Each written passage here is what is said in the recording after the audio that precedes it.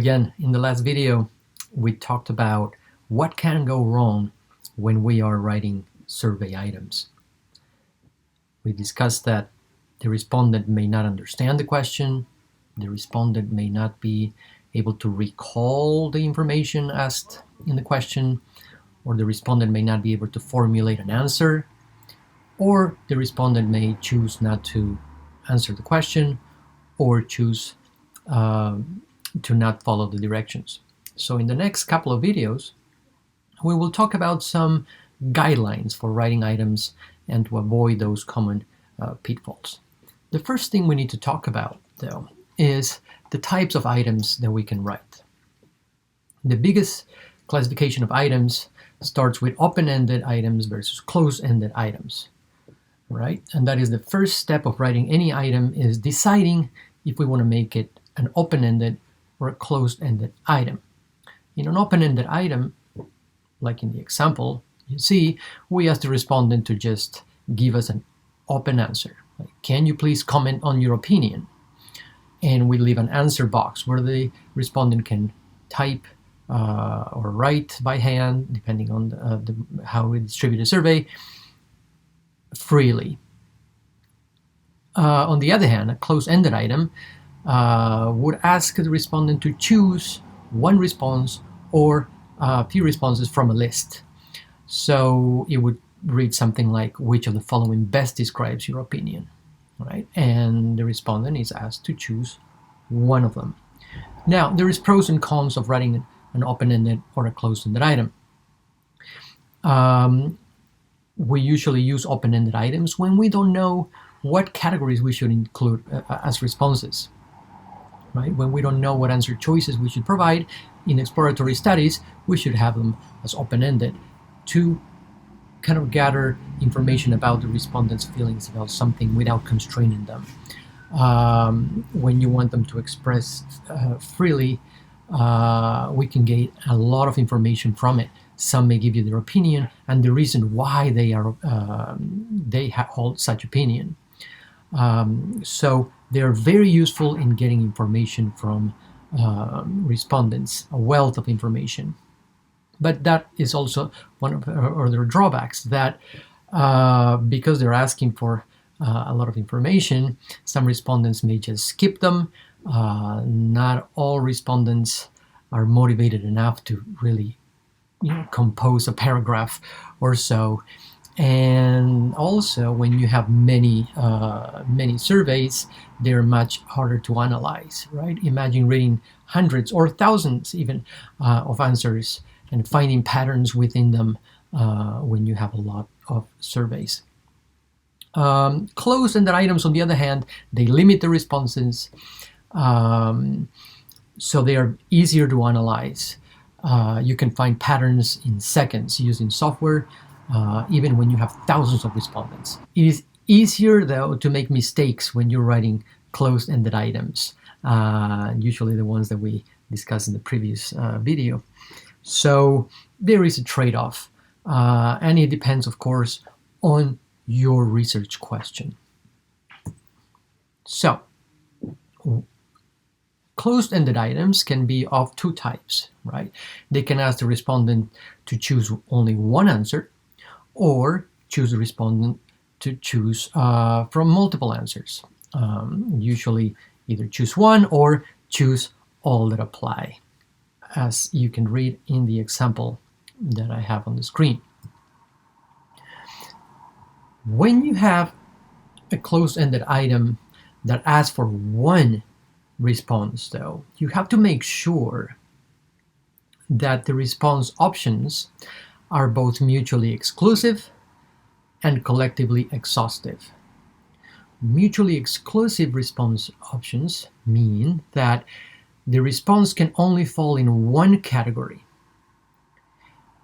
And collectively exhaustive means that the respondent should be able to choose at least one category. There is a response for any circumstance, and that should be only one response, basically. So consider this example that you have on the screen. How many times did you use your cell phone during class time this week? And you see the response options are 1 or 2 times, 2 to 4 times or more than 4 times. Well, those response options are not mutually exclusive, because if you use your cell phone 2 times, you could choose the first or the second option. And it is not collectively exhaustive either, because if you didn't use your cell phone during class time this week, you don't find an answer for you. So when you are, the most basic requirement of a closed-ended item is that the responses are mutually exclusive and collectively exhaustive. Now let's talk about some other guidelines for writing items in surveys. The first one is that the item has to be clear. Then that you have to avoid double-barreled items, avoid negative items, avoid biased items or terms, and when asking respondents to recall a behavior that they did in the past, provide a reasonable time frame. Let's go over each of them. Items need to be clear. Remember that the first thing that the respondent will do is try to understand what the question is asking. So the item has to be very clear to them. So that means not have acronyms that they may not understand, for you to define the terms that are being used in the item, and that includes technical terms.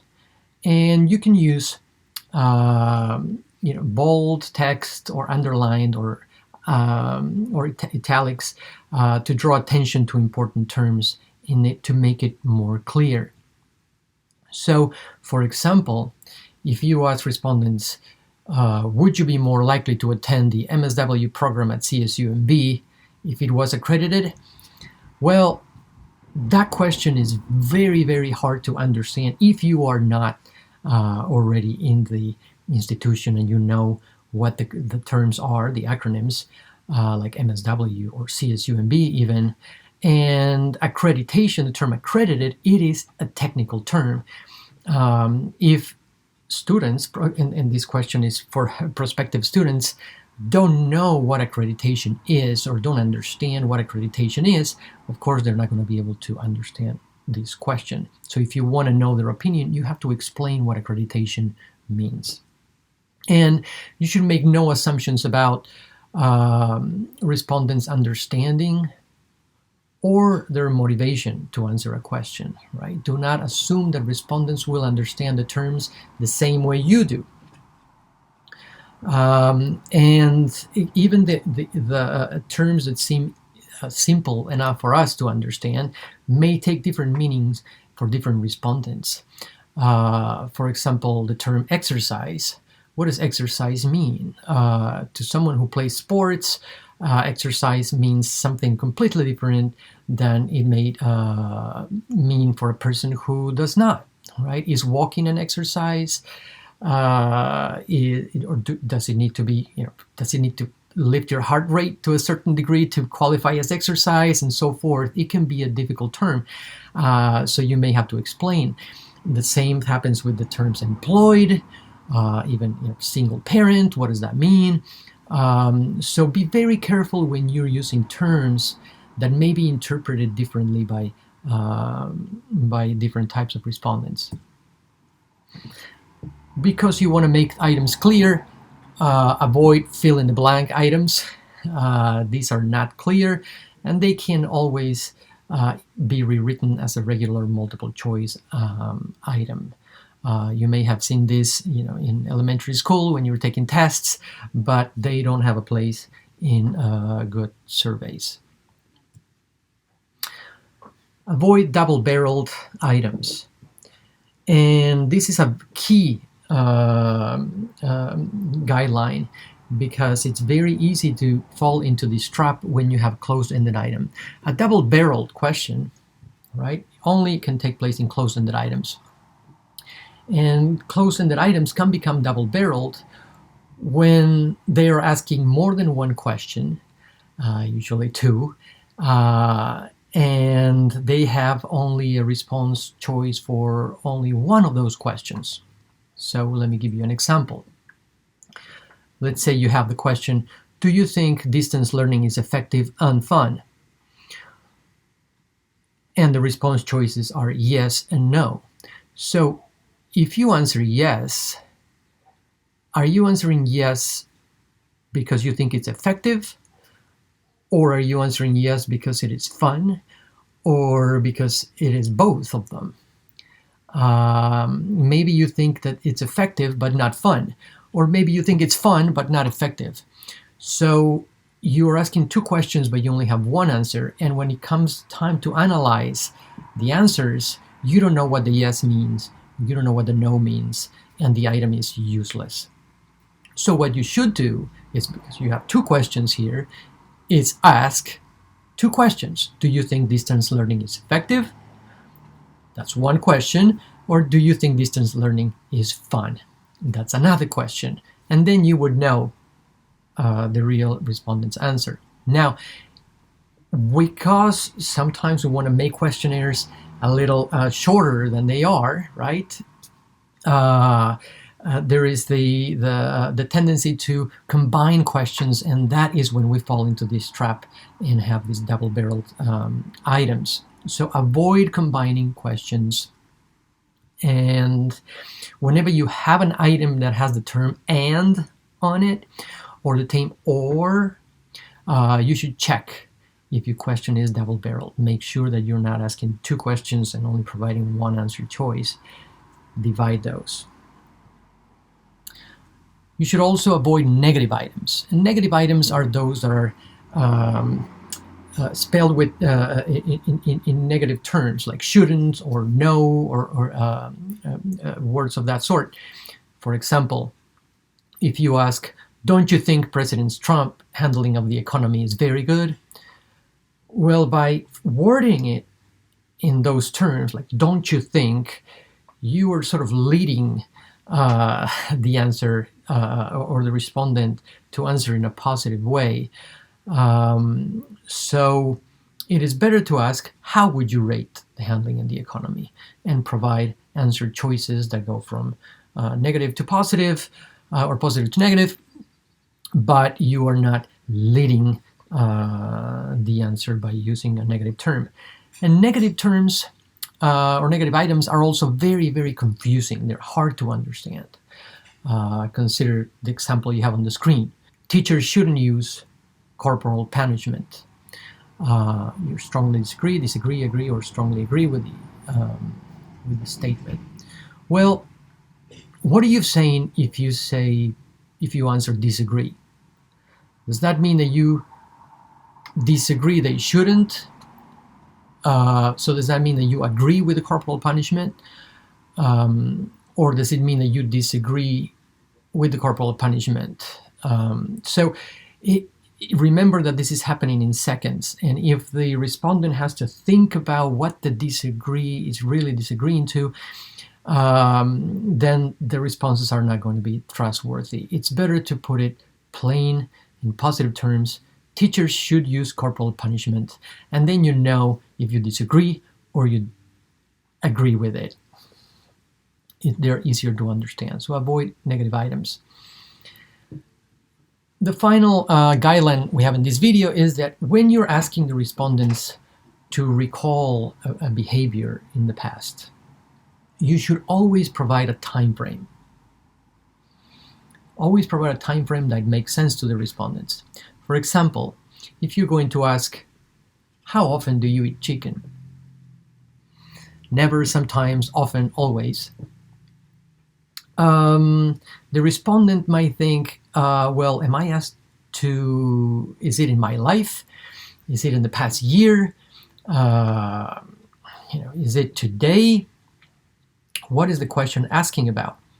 So it's better to provide a time frame, like in the past 7 days. Consider this example. In how many of the past 7 days did you have a serving of chicken? 0 days, 1 to 2, 3 to 4, 5 to 6, or the 7 days, or every day. Then it's easier for the respondent to understand what they're being asked. When you do not provide a time frame to recall the behavior, they can choose anything they want, and or as best that they understand, and that may provide some inaccurate answers. So it's always better to provide a time frame. So remember, make the items clear, avoid double-barreled items, avoid negative items, avoid biased terms, and when asking a respondent to recall behavior in time, provide a reasonable time frame. Other considerations that we did not discuss here but are important are that the respondents should be competent to answer. You are not going to ask questions that are very hard when the respondents are not going to be able to understand. So for example, if you're going to survey children, then your questions should be geared towards children, and they should be competent to answer. And they also should be willing to answer, otherwise they're not going to answer the question, of course. The question should be relevant to them, and the questions, when possible, should be concise or short. We will keep discussing these guidelines in the next video. Thanks for watching.